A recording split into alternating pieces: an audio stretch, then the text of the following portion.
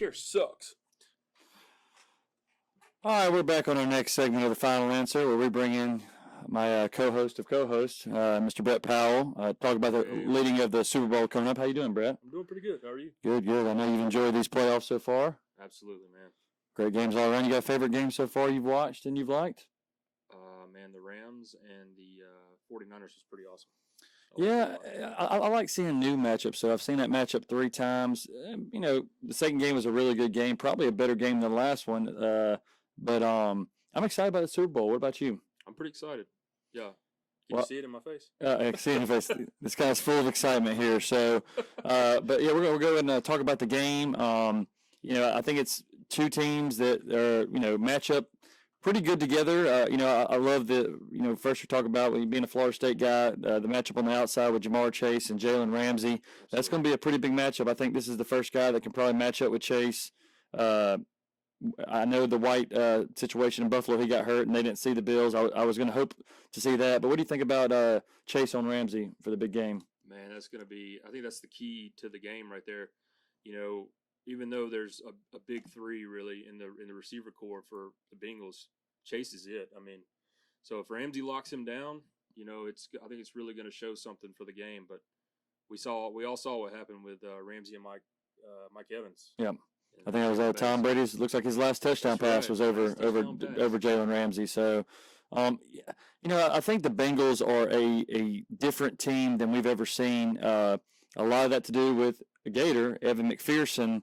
It seems like even if they have drives stalled, they still get points out of it. And what you don't realize is that maybe a team goes down and scores 1 touchdown out of 3 drives, and that's 7 points. Well, they may get 3 field goals, and they're up 9-7. So it's a different kind of approach I've seen all year. The Bengals don't have many household names on defense. I mean, Logan Wilson, their linebacker, leads them in interceptions and tackles.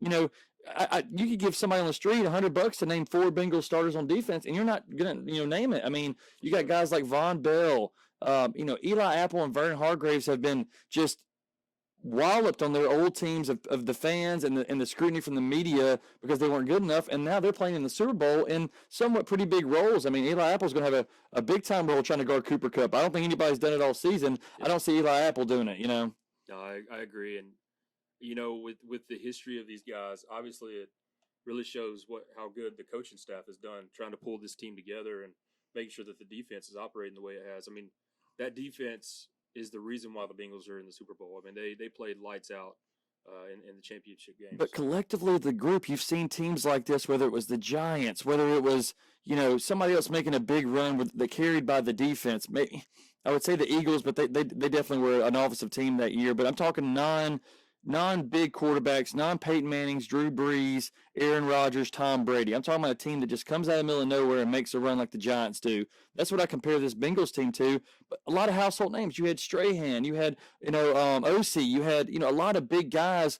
Where these are not household names. I mean, like I said, it's very interesting and a very different team dynamic. So, what do you think about going to the Rams side of the ball? Stars everywhere. Von Miller. Right. Aaron Donald, is Burrow, they're giving up 5-6 sacks a game in the playoffs, maybe more. Are they going to be able to handle that front? I don't think so. And I think that's the offensive game plan.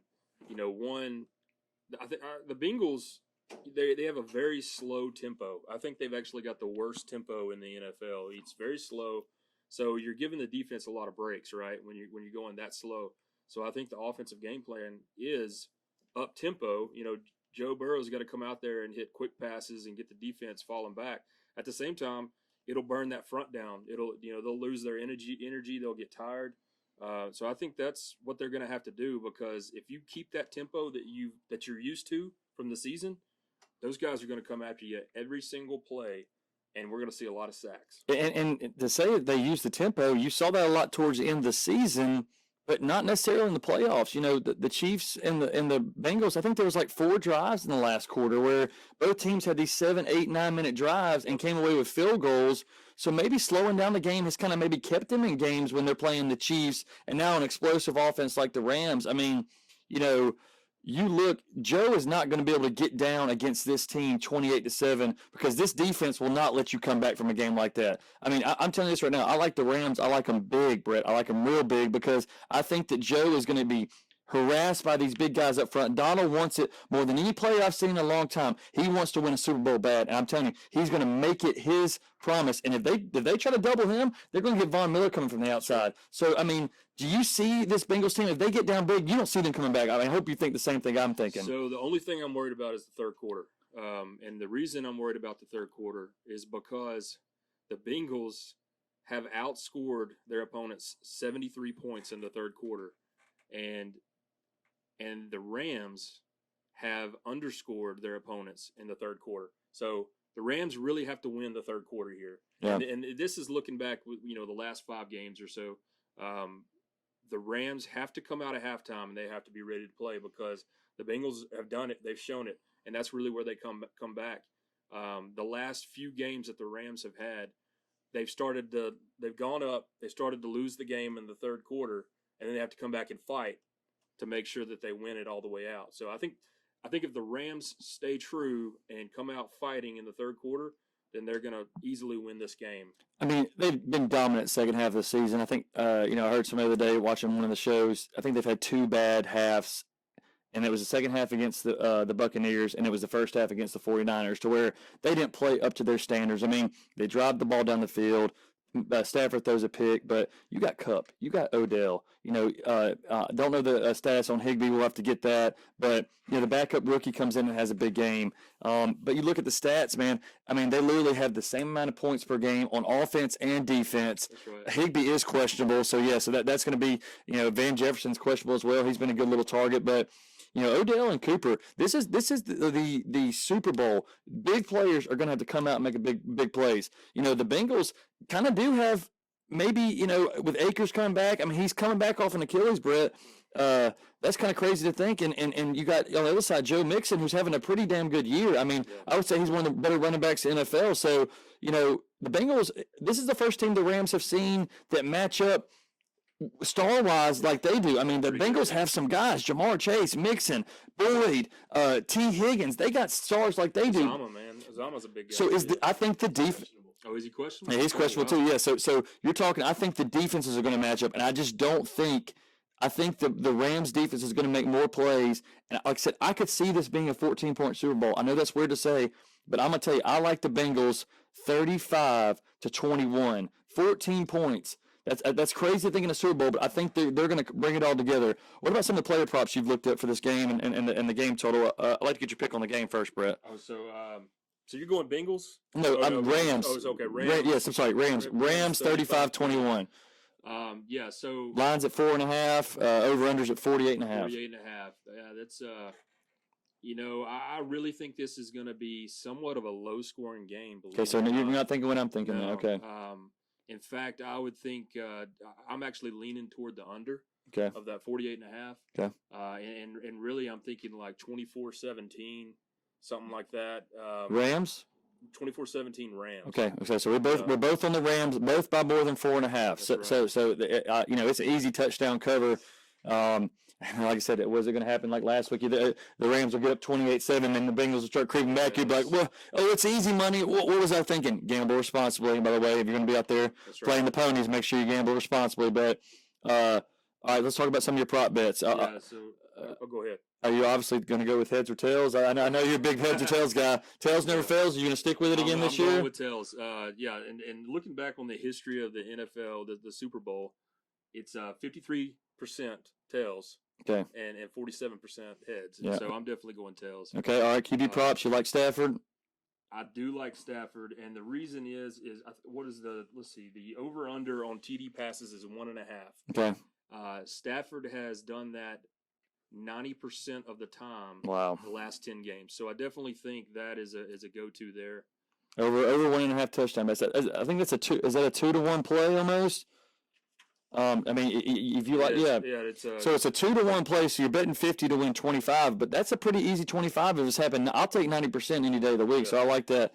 It looks like some of your receiver props. You got Kupp, Higbee, and Beckham Jr. all over. So you're thinking that your picks are reflecting who you think is going to win the game. It looks like. Yeah, it is. It is. And there's certain things like Cooper Kupp is going to get his receiving yards. He's going to get his targets, and Kupp we don't have a lot of drops when it comes to Kupp. So. He's going to get his targets. He's going to get his receptions. he's got, let's see, 70% over the last 10 games.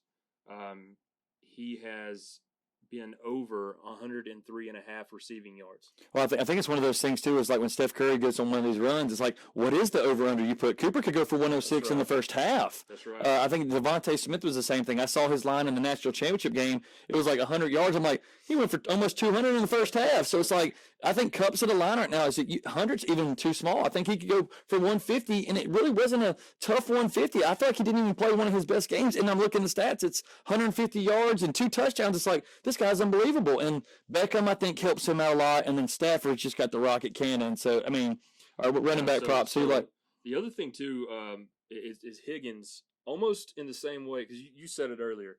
These teams match up so well on offense. They really do. Higgins almost reminds me of a Kupp. Okay. And those two guys are like the every down guys that are going to be catching the ball. Obviously, Odell Beckham and Chase are going to be your big play guys that are normally running down the sideline. So Higgins, I'm looking at the over for him.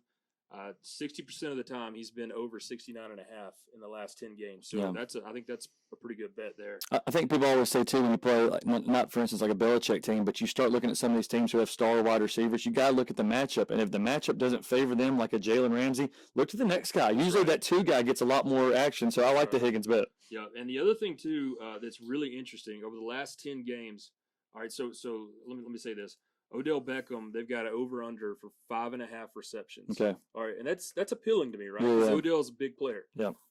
Over the last 10 games, he has only been over 5.5 receptions 30% of the time. Okay. And so I believe I'm going to take the under there. Like, I've seen a lot of 3 and 4 reception games for Odell. So yeah, and it's big yards because he's the big play guy, right? Okay. He's running down the sideline. So I think that's pretty big for the. All right, so Akers over 62.5 rushing yards. I see you like that one. What to me, I think his over-under was like 18 carries, 17 carries last week. I didn't think that was even possible. And here we're talking, this guy just messed up his Achilles, and now, over 70 yards. You like him in the Super Bowl? I'm actually thinking the under. Okay, because they've had the fumbling issues. I didn't know maybe if it'd be. So the last 4 games, he has not made it over 62.5 yards, and he is coming off of the Achilles. The Achilles. Who would expect him to? Who would expect him even playing in this game? But the thing is, too, is if you look at the difference between Mixon and Akers, you got Michelle in there too. Okay. And so Michelle gets a lot of carries. I mean, he's a very good back. So he was the back all year, really. That's for right. them. So you got a split between Akers and Michelle, but over there on the other side, you got Mixon, who's basically dominating the running back area. So I would go under on Akers for rushing yards. Now the interesting thing is for all-purpose yards, I would choose Mixon, and I would actually go. I would actually, let's see, where did I say? 50% over 95.5. Mixon, I think, is going to be a big part of the offensive play here. Out of the backfield, catching the ball, screens. They are going to have to do everything to try and protect Joe Burrow. So I think he's a big part of the game plan here. All right, so we'll finish up here. Coaching matchup. Taylor, McVay, both 2 of the youngest coaches ever coached in the Super Bowl. McVay back again. Kind of another reason why I give the Rams the advantage. I think McVay, they've gotten their feet wet. They're back now with a better team, a better quarterback. This has got to be their year. Yeah, I believe so too.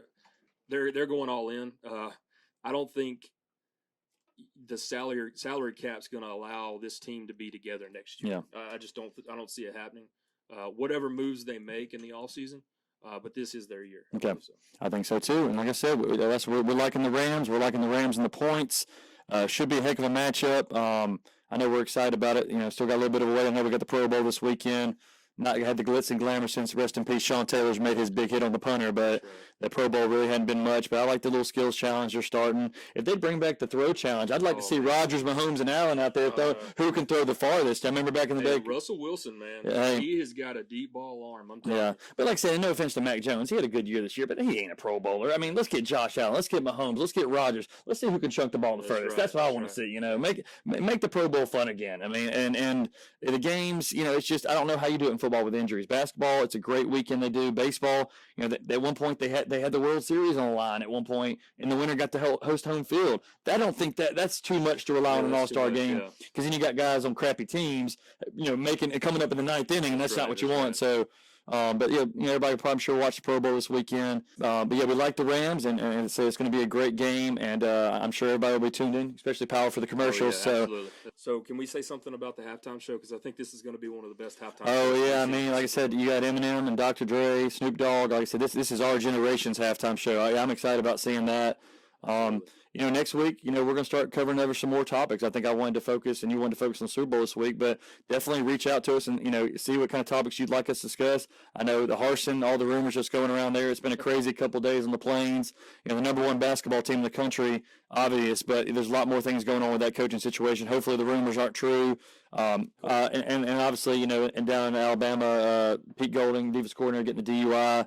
Saban's going to have his eyes on him now. And like I said last time, somebody like that got a DUI. Was an important player named Mac Jones, and then went undefeated the next year. So expect big things from Pete Golding. But and then obviously the Commanders. Did you like the name? I was a big fan of the Cheetahs. I wanted the Washington Cheetahs, the fastest animal. If you're you got the Panthers, you got to give me a cheetah. The Commanders, it just seems so it's like I know you've seen some of the nicknames that everybody's calling them already, like the commies. The Comanches. Big shout out to the guy in the helicopter that previewed the night before and getting the name out. That guy needs a raise. We need to get him on our staff. So, but yeah, give us the preview. Give us what you want to hear us talk about next week, and we'll get in kind of the off season and all the rumors, and then start making our way towards March Madness and basketball. And obviously, Auburn and Alabama are both having good years, and we're excited about the future of the show. And y'all join us. So we'll see you next week on The Final Answer.